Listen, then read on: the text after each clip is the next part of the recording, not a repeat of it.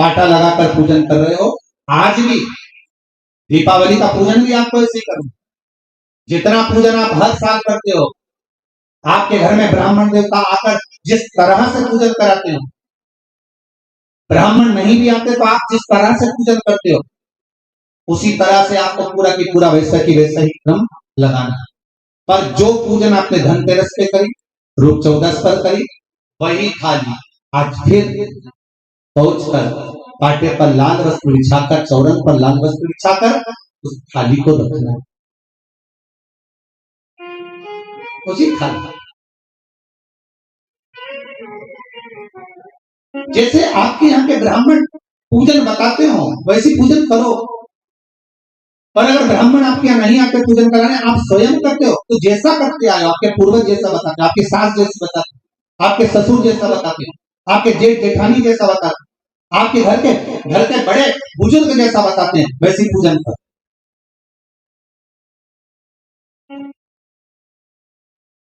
ज्यादा आडंबर करने की जरूरत नहीं। जैसी पूजन आप पहले करते आए हो, आपके सास ससुर ने बताई, आपके घर के बुजुर्गों ने बताई, वैसी पूजन करो। बस इतना जरूर याद रखना कि घी का दिया और तेल का दिया, ये दोनों दीप दीपावली के दिन रात्रि को अखंड जलना चाहिए। एक रात्रि अखंड जल।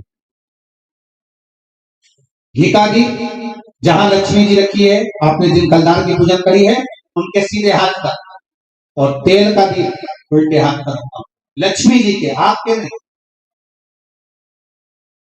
वही होली, मौली, चंदन, अबीर, गुलाल, मेहंदी,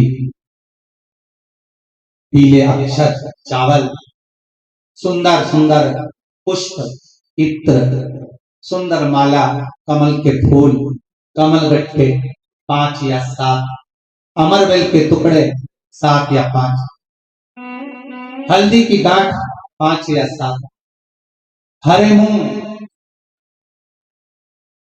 धने में जो खड़ा धना होता है, तो धने के साथ में थोड़ा सा गुड़, गुड़ की बाटी, ये भी एक कटोरी में भरकर रखना। क्यों रखा जाता है गुड़ और धने को? क्यों रखा जाता है लक्ष्मी पूजन में? इसलिए रखते हैं क्योंकि हमारे घर में नित्य प्रति जब भी योग लगे, शुभ कार्य, हमारे बच्चों का मंगल विवाह, हमारी बेटियों के, हमारी बहुओं के संतान की वृद्धि, वंश वृद्धि, ये सब होती रहे, मंगल कार्य होते रहे।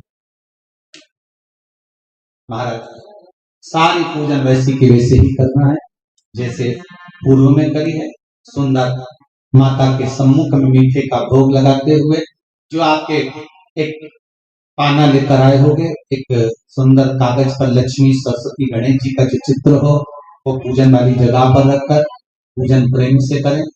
और साथ में अपने कुल देवता, अपने कुल देवी, अपने पूर्वजों का भी स्मरण।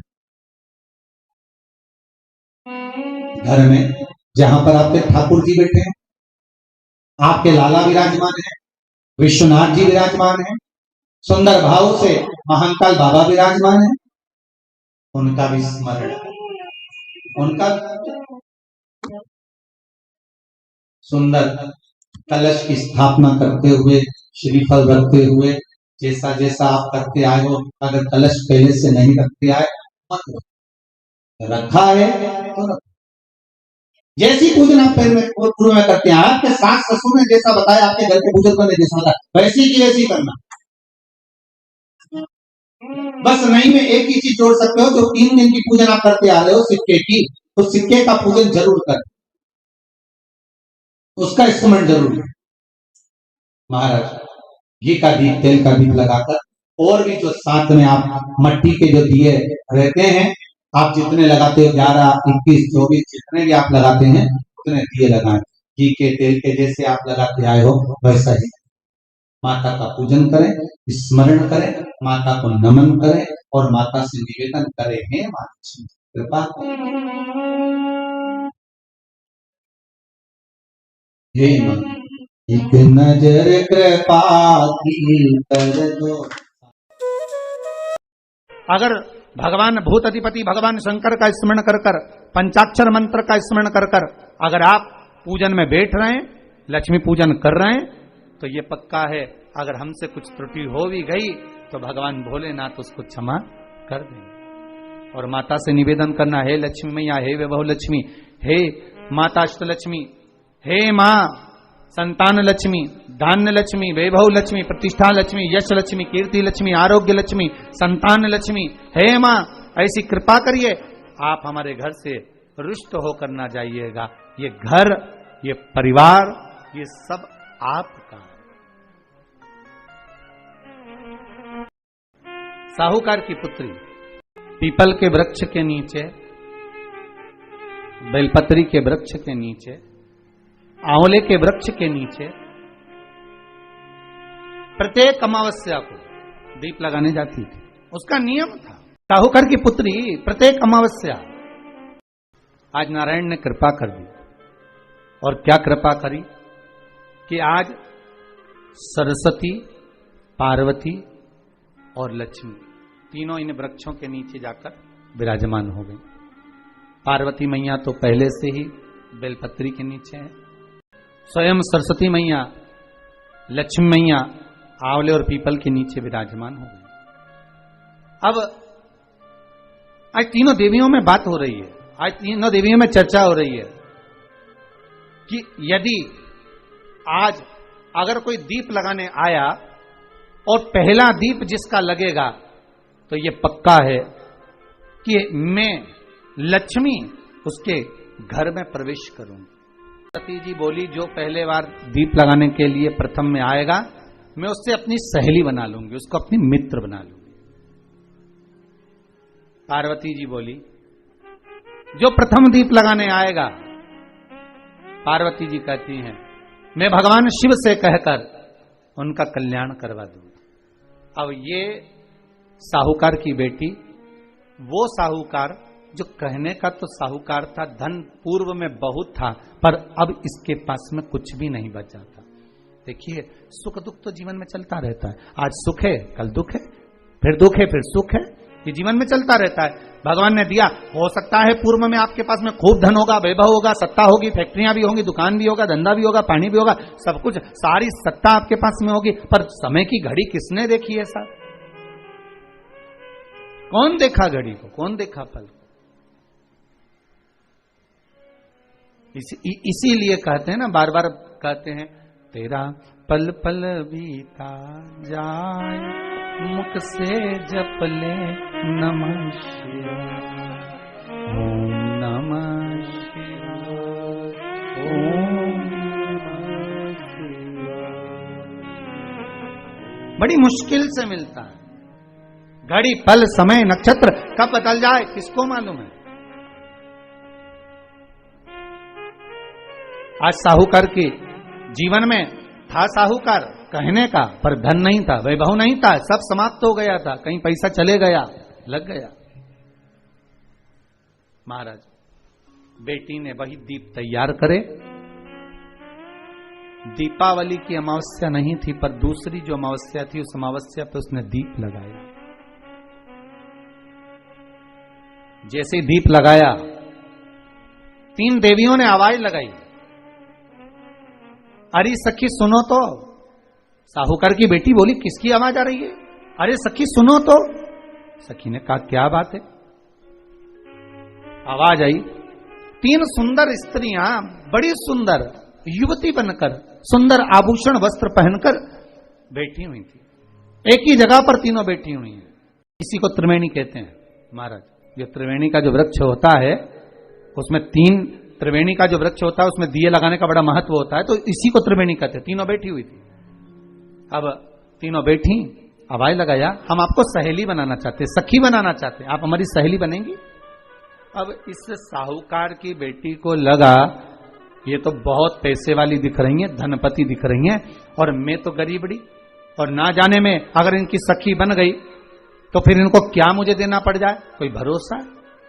इसलिए शास्त्र कहता है कि मित्र भी बनाओ तो सोच समझ कर बनाओ, मित्र भी बनाओ तो सोच समझ कर बनाना। ज्यादा धनपति मित्र बन गया तो मन में आएगा कि जब ये घर आएगा तो इसको घृत का भोजन तो कराना ही पड़ेगा, घी का भोजन तो कराना ही पड़ेगा। इसलिए मित्र भी बने तो ऐसा बने कि जो आपके सम्मुख में हो, उसको धन और वैभव से मतलब ना हो, उसको सत्ता से मतलब ना हो, आप उसको केवल आपसे मतलब, आपकी मित्रता से। साहूकार की बेटी ने कहा, मैं आपको कल बताती हूं, मेरे पिताजी से पूछूंगी मैं आपको मित्र बनाऊं कि ना बनाऊं। ठीक है, चलिए घर पहुंची। पिताजी, मुझे 3 सखियां मिली, एक सरस्वती है, एक पार्वती है और एक लक्ष्मी है। अच्छा, पीपल, आंवला और बेलपत्र तीनों वहां विराजमान। अच्छा, क्या कर रही हैं? सखी बनाना चाहती है। पिताजी ने कहा, बन जाओ सखी, सखी बनने में दिक्कत क्या है, बनो। अब दूसरी अमावस्या पे जब वो गई और जाकर उसने कहा कि मैं आपकी सखी बन सकती हूं, तीनों प्रसन्न हो गई। तो उसमें से एक सखी माता लक्ष्मी ने कहा कि चलो आज तुम हमारे घर चलो, हम तुम्हारा सम्मान करना चाहते हैं। सखी को माता लक्ष्मी अपने घर ले गई। साहूकार की बेटी को जब घर लेकर गई, सुंदर सोने की चौकी, सोने की थाली और सोने के गिलास, पकवान एक से बढ़कर एक माता लक्ष्मी ने जब साहूकार की बेटी के सामने परोसे, इधर माता सरस्वती, इधर माता पार्वती नजदीक में बैठ गई और साहूकार की बेटी पकवान को पाने लगी।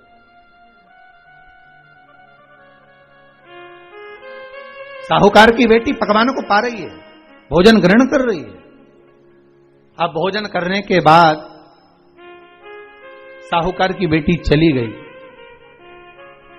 अब जाते से ही माता लक्ष्मी जी ने कहा, सुनो सखी, अगली जो अमावस्या आ रही है, आपको मालूम है वो कौन सी अमावस्या है? नहीं। कहा, दीपमालिका, दीपावली की अमावस्या, आपको मालूम है? ओहो, पर एक बात हम आपको कहें, लक्ष्मी जी बोली, एक बात हम आपको कहें। हाँ बोलिए। हम चाहते हैं इस अमावस्या को आप हमारे घर आई हो, अगली अमावस्या को हम आपके घर आना चाहते हैं, क्या आप हमें बुलाएंगी? सखी ने कहा, साहूकार की बेटी बोली, अगर आपका मन है आने का तो आप आओ, मना नहीं है। साहूकार की बेटी हूं मैं। लक्ष्मी जी ने मन में सोचा, ठीक है, तैयारी करो। आज साहूकार की बेटी घर पहुंची तो पिताजी ने पूछा, बेटी आज बहुत देर हो गई तुझे आने में, कहां रह गई थी तू, कहां रह गई तू? बेटी कहती है, 3 सखियों के घर गई थी, आने में देरी हो गई, पर मेरी सहेली माता लक्ष्मी जी कह रही हैं कि अमावस्या के दिन मैं तुम्हारे घर में आऊंगी। तो पिताजी ने कहा, उसमें क्या दिक्कत है, तैयारी करो। तो पिताजी, घर में अपने खाने के लिए तो कुछ नहीं, तो माता लक्ष्मी को क्या खिलाएंगे? कई लोग कहते हैं कि दीपावली पे ना तो हमारे यहाँ घी है, ना हमारे यहाँ तेल है, ना हमारे यहाँ कपास है, ना हमारे यहाँ पर मिठाई बन रही है, ना हमारे यहाँ अच्छे वस्त्र हैं, हम क्या पहने माता लक्ष्मी को रिझाने के लिए? परशु महापुराण की कथा कहती है, अगर आपका भरोसा, आपका विश्वास, आपकी दृढ़ता परमात्मा के चरणों में लगी है तो परमात्मा लक्ष्मी पूजन की व्यवस्था भी वही कर देगा कि लक्ष्मी जी का सम्मान कैसे करना, आदर कैसे करना।